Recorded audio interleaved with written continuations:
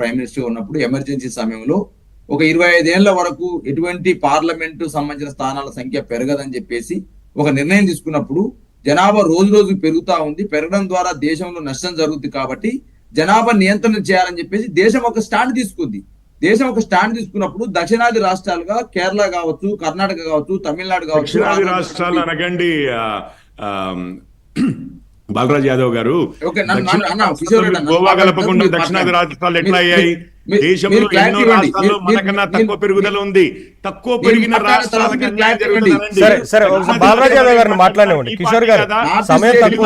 ఒక్క నిమిషం సార్, తెలుగువారే ఒకటి కాదు అని చెప్పి లేదా తెలంగాణ ఉద్యమాన్ని గారు భారతీయ జనతా పార్టీ మన రాష్ట్ర ఇంట్రెస్ట్ మాట్లాడండి, దేశ ఇంట్రెస్ట్ మాట్లాడండి. ఈ సౌత్ ఇండియా ఎక్కడ వచ్చిందండి? నన్ను మాట్లాడివ్వండి ప్లీజ్, నన్ను మాట్లాడివ్వండి. మీరు మాట్లాడి ఇంటరప్ట్ చేయలేదు కిషోర్ రెడ్డి అన్న. 2 అంశాలు చెప్తా ఉన్నా. చెప్పి మాట్లాడండి అంటున్నా. ఓకే, ఇప్పుడు 2011 జనాభా లెక్కల ప్రకారం బీహార్ జనాభా గ్రోత్ రేట్ ఏంటి? 25% ఉంది. అదే కేరళ చూసుకుంటే 2011 జనాభా రేట్ ప్రకారం 11% మాత్రమే ఉంది. అంటే జనాభా నియంత్రణ ఎవరు పాటించినట్టు? కేరళ పాటించినట్టు, బీహార్ పాటించినట్టే కదా. కాబట్టి పంజాబ్ కూడా తక్కువ ఉన్నాయండి. జనాభా ప్రకారం చేస్తే నష్టం జరుగుతుందనే భావన వ్యక్తపరచారు. అది మనం మాట్లాడుతున్నాము. కాంగ్రెస్ వారు కదా జిత్నా ఆబాదీ ఉత్నా హక్ అన్నారు. మీరు పోరాటం చేస్తే వారితో చేయాలి, పోరాటం చేస్తే కానీ మీరు కూడా ఇండియా ఇప్పుడు కాంగ్రెస్ ప్రతిపాదించిన వాటికి మీరు ఓకేనా కిషోర్ రెడ్డి గారు? ఆర్థికంగా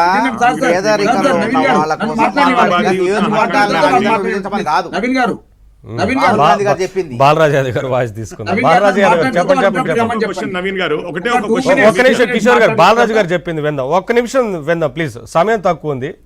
మనం 1952లో 494 స్థానాలని కేటాయిస్తే 62కి వచ్చే వరకు 522 స్థానాలు అయినాయండి. ఎంత పెరిగినాయండి? 28 స్థానాలు మాత్రమే పెరిగినవి.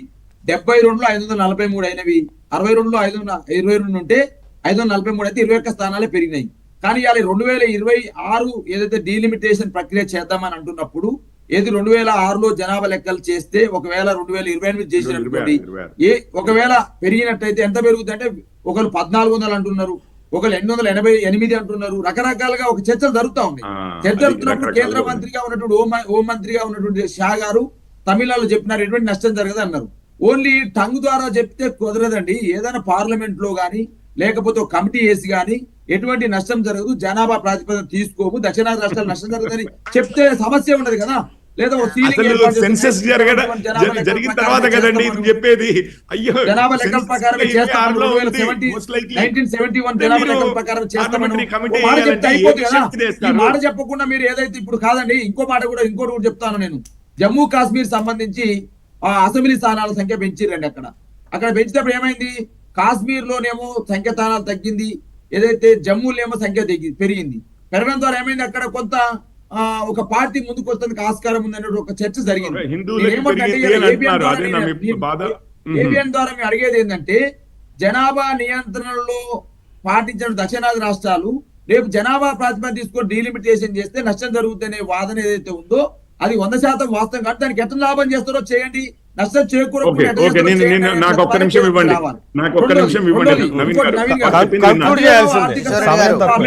కంక్లూడ్ చేస్తాను.